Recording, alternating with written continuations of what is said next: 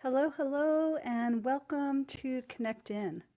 I'm Damini Celebrate, author of Painting the Landscape of Your Soul, and I am here to help inspire you to be your brightest, best self, to live a power-filled life as your authentic self.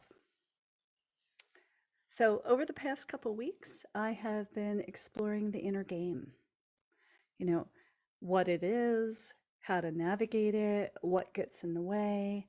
And this week, we're talking about how to know your inner demons. The, the whole purpose of Connect In is to share with you skills to get you out of your head and back into your heart. Because when we are in our head, that's where we explore, meet, engage with our inner critic, our inner procrastinator, our saboteur, all these beings that I call our inner critic.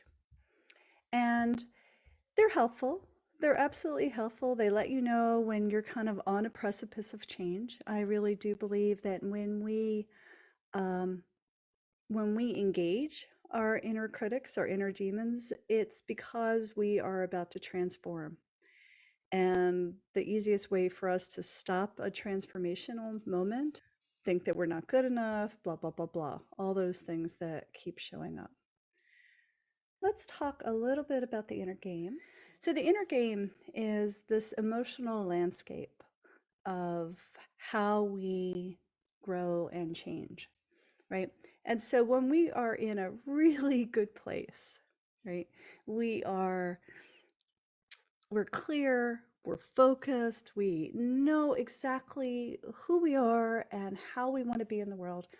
Hence, we're living our dreams, right? And that's all fine until you kind of break out of a mold. So, like we talked about last week, those molds can be from family patterns, they can be from societal patterns. There's a lot of different ways that we are navigating other people's stories of how we should be.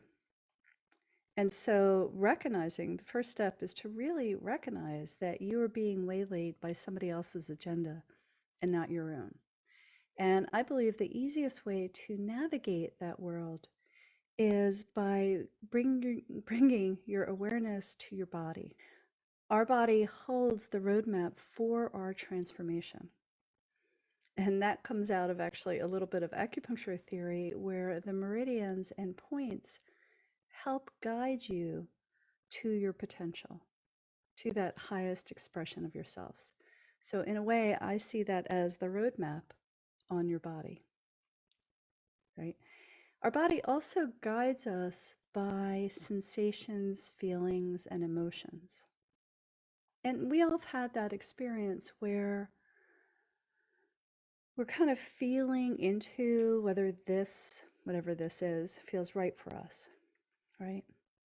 And there is this quality inside us that's like, oh yeah, that feels great.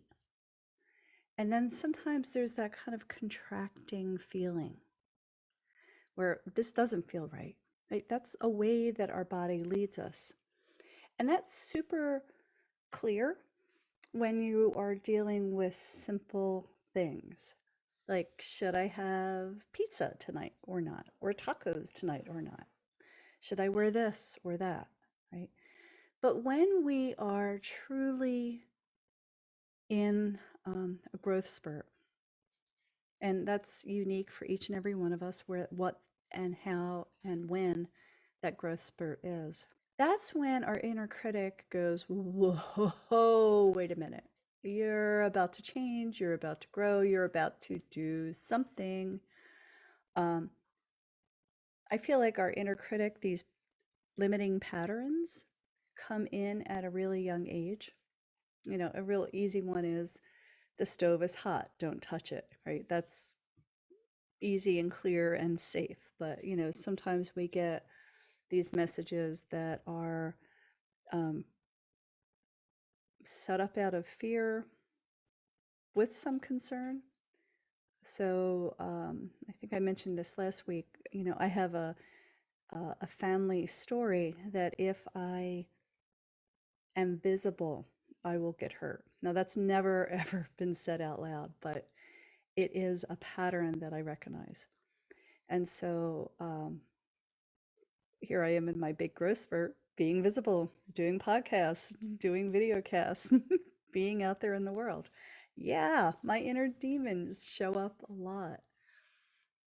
But the inner demons aren't something that we want to push away. It's something that we want to recognize and navigate with. Because that scared child that of you that is holding on to that pattern, it takes a lot of energy to keep that pattern off to the side. And if you can just recognize that there's that pattern that you're dealing with and kind of bring it into the fold a little bit, it doesn't kind of side rail your life. All right. So some of this may feel true for you. Some of this you may be hearing it in a different way, or maybe for the first time. But the inner demons are there and they show up when you are on a growth spurt. And, we can think about fighting our inner demons, but the truth is I really think sometimes they win, sometimes we win. And sometimes it just gets tired and you just like, okay, I'm done. You win. But these internal demons are important to recognize because, they're one of the bad voices in your head, if you will, versus the ones that are telling you about your goodness all the time.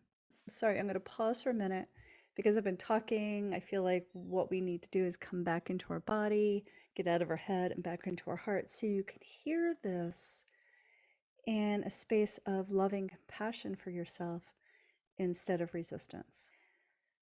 So take a moment and just feel the weight of your body on the chair, on the earth.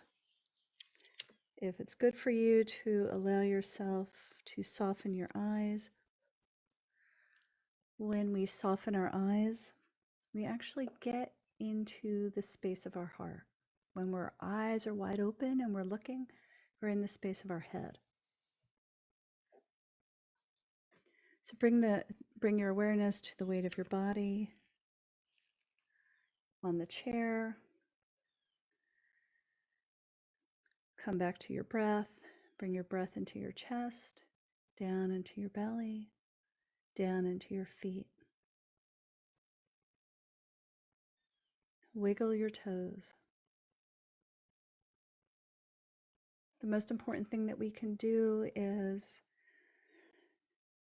get as far away from our head as possible, especially when we're freaking out, when we're meeting and our inner demons are running the show.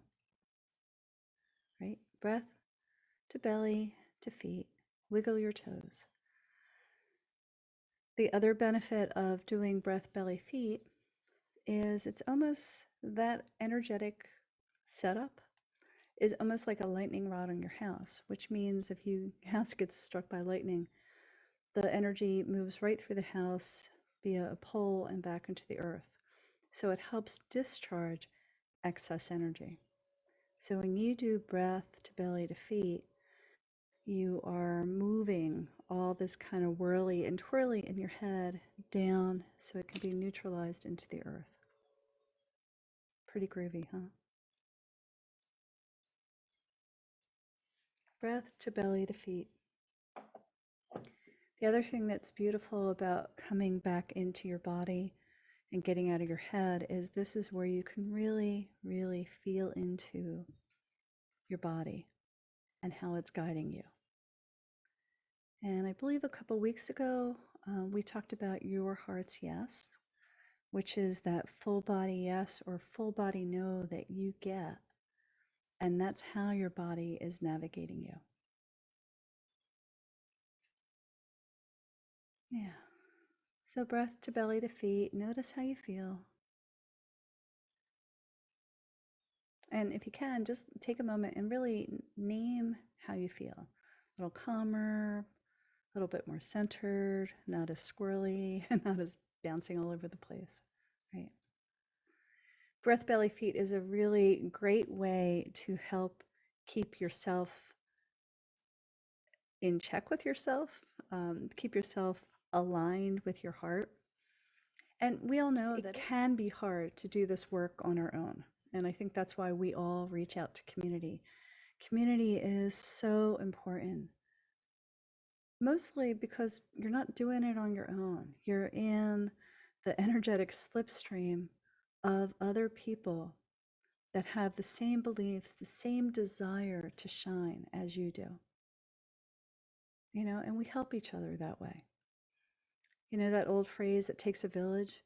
Well, it certainly takes a village or a community to be supported and to support others to be their most authentic self. Yeah, communities are amazing. Okay, breath to belly to feet. So I want to take a few minutes and really just talk about, I have 7 kind of patterns of how I recognize the inner demons are coming in. And I just want to share this with you. And then, take a moment. It's like, oh, yeah, I know that one. Or no, that's not one that's my demon. And go ahead and share those in the comments. I would love to know how you label your demons. I'm going to share with you some of the ones I know. So the first demon, inner demon, is restlessness. And they don't come in any particular order. These are just how they came to me. Restlessness is that feeling that you're all over your place and you can't center. We're busy is your buddy, and it keeps you from looking inward, sorry. And fear is still the fear of sitting still and seeing any insights makes you feel restless. And so I call that squirrely. Sometimes, for me, if I'm trying to write something, writing is not one of my gifts. Um, and I admit it. But when I'm trying to write something, I would rather clean my bathroom than write something. So I get restless. I get busy with other things, right? That's one way that I know I'm bumping into something. In this case, writing. But sometimes, you don't have a reason why. But if you notice that you're busy and that you're all over the place and you're having a hard time getting in and centering, say, maybe there is something calling me to look at inside, right? I mean, I think culturally, busy is the badge of courage. Busy can be helpful, but busy is a state of the mind. Busy is the state of doing.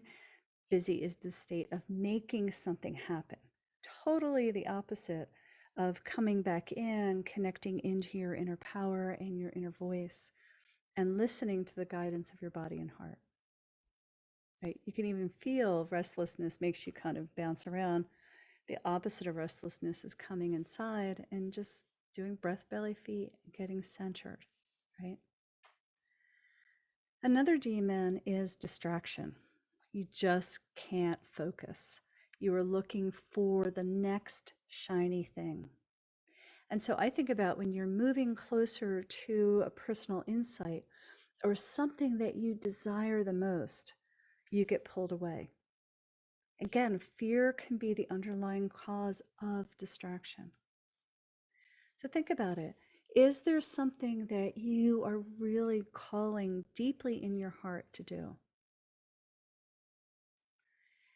And you go and you do it for a little while, and then you go, oh, hot potato, gotta walk away, can't do it, blah, blah, blah, blah.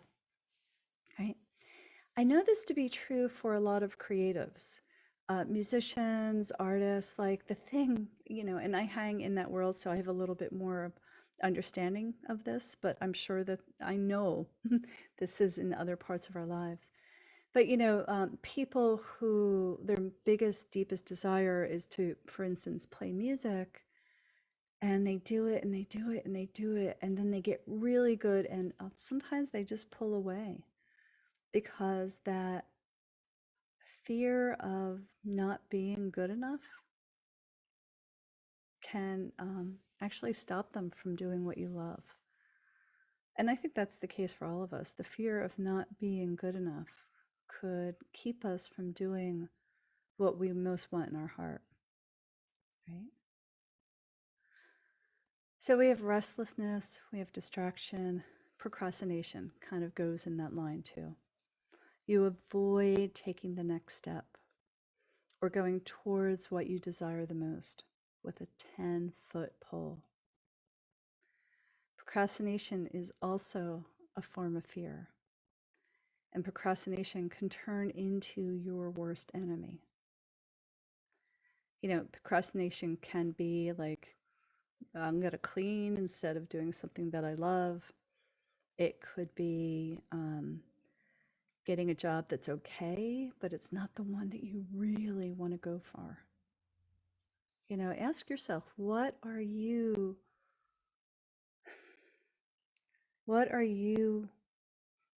walking away from or avoiding with a 10-foot pole? Yeah. And how would it feel just to kind of lean into that a little bit? To kind of step in and say, oh, what if I just try X? Right?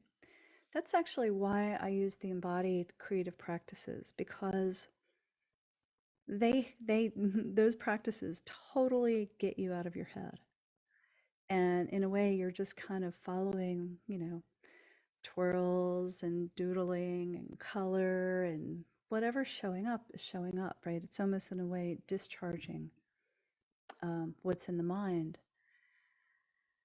But with the embodied creative practices, you know, it's just sound or movement or crayon on paper. Like, you can test these things that you're afraid of out just with kids paint and paper, really. And energetically, it's still moving the energy. But I don't want to go down that path too much, but I just wanted to bring your awareness to that, as the embodiment practices are stellar at getting underneath the limitations of our mind. Okay, we got restlessness, distraction, procrastination. Here's my favorite. I can't. I can't. How many times do you say, I can't? How many times does that really run your show? All right, fear is one of the environments where your inner demon thrives, allowing for self-sabotaging stories to fester. I can't can be a form of fear designed to prevent you from reaching your dreams. So when you hear yourself say, I can't, pause, breathe, breath, belly, feet. Is that true? Is I can't really true? Right?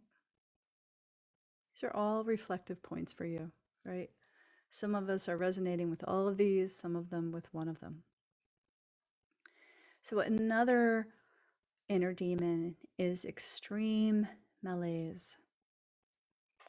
Being so bone tired for no reason out of the blue. Like, I've had the experience where I'm kind of puttering around and I'm thinking that I want to do something that I'm really excited about, and then I have to go take a nap, right? Being stuck in fear will make your life force slow to a trickle or maybe even a stop. Energetically, what you love is beginning to wither. It can even feel like your dream is beginning to die. When you have those feelings, it is fear that is the source of this extreme malaise. Right? Heavy, huh? Number 6 of our inner demons is, my friends, grumpy, cranky, and achy. Fear can show up as terror. More commonly, it shows up as extreme self-criticism, distraction, moodiness, or even chronic pain. So again, just ask yourself, where is there flow in my life? Where am I expanding to my dreams? And where am I just holding back? Right. Learning how to navigate your inner demons is, I believe, one of the most powerful tools of your heart. Like, one of the most powerful tools of your heart is to learn how to recognize, disempower, and get your energy back by managing your inner demons. I know. The seventh inner demon is exhaustion. And I think I touched on that with the extreme malaise, but it's just a little bit more deeper. You can't keep your eyes open. You are suddenly so tired to put your head down and fall asleep. And I think that's, again, fear. Fear can lead you to being so overwhelmed and overcome that you just have to sleep. Yeah. So which one of these resonates with you? Restlessness, distraction, procrastination, I can't, that extreme malaise, being grumpy, cranky, and even possibly achy, or just bone exhausted? Here's how I think about the inner demons. In 5-element theory of acupuncture, the role of the heart is to allow emotions to flow, right? So it's just flow, it's energy flow. When these inner demons come in, they start to contract the flow of energy. And we know this because we want to be bright, we want to expand. And as these demons come in, they kind of make us crawl up into a little ball.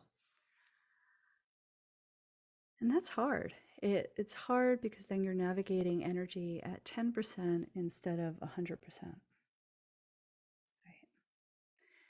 And so recognizing your inner demons is essential for your own personal growth, for your own happiness, right? And first, you have to recognize them. Just recognize them in the way of saying, ah, that exhaustion a form of fear? Just something to think about, right? These 7 demons can help you, these 7 inner demons can help you recognize when you are not following your heart or intuition, right? When they show up, it's a little stop sign or a warning sign for you saying, hey, wait, you're not following your heart. You're getting waylaid by fear. And so my loving recommendation is, when you feel that when you recognize that you are being overcome by one of these inner demons, take a pause, feel into your body, into your heart, feel into that heart yes. Is this true or not? Is this inner demon running the show, or is my heart running the show? Yeah, powerful, powerful stuff to recognize who's running the show. So if you are grooving on Connect In, if this is resonating with you, I invite you to please share this with your friends. It is my deepest passion to help inspire people to live as their most authentic self, to shine as their brightest, best selves. And I do that by workshops and retreats, and ta-da! I am starting a online membership community, which I am so excited. That's called Creative Alchemy. And Creative Alchemy is taking some of the goodies from painting the landscape of your soul and mixing them with all the things that can help you transform, help you live your dreams. So you can go over to DaminiCelebrate.com and check that out. But let me know how this resonates with you. What is your inner demon? What is the thing that kind of takes you down by your knees? And what do you do to recognize, to flip that around? Okay, so thanks for watching. Thanks for listening. I really appreciate you taking the time to be here and taking the time for yourself to say, I just really want a little bit more, a lot more in my life. All right, so I'll talk to you next week where we're still talking about the inner game. And yeah, have a great week. Thanks.